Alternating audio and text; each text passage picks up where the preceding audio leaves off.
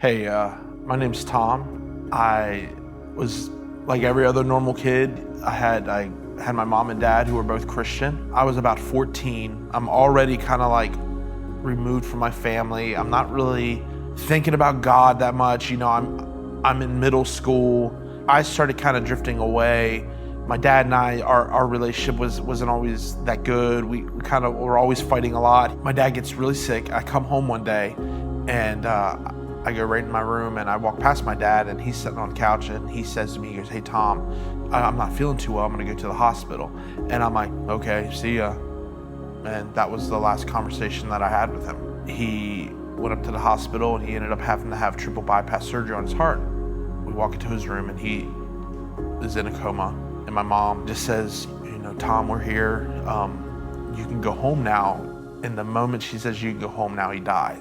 And I just remember turning around, looking outside, and just screaming. So overwhelmed with anger and disgust with everything, with life, with God, with my family. I remember that day, I didn't stop believing in God, but I was like, well, if that's how you treat the people you love, well then forget you, dude. I'm gonna do everything that you hate. I got into Satanism, I got into witchcraft, I got into just everything that was just evil. I remember there was a point where I felt dead. This one particular Sunday, I wake up, I went to church, and I remember just feeling really weird. I just felt like I was at war with something. I remember I had my head down, and I remember looking over, and the speaker was still there. I remember thinking to myself, oh God, here she comes. And I just put my head down. I felt like this really soft touch on my head. It was like the power of God shot through her into like the core of who I was. It was just like years of emotion that was pent up just came busting out because I'm overwhelmed with this sense of love. And I said, "What is this?" And she said, "This is God." And I said, "Well, then how can I be the same?"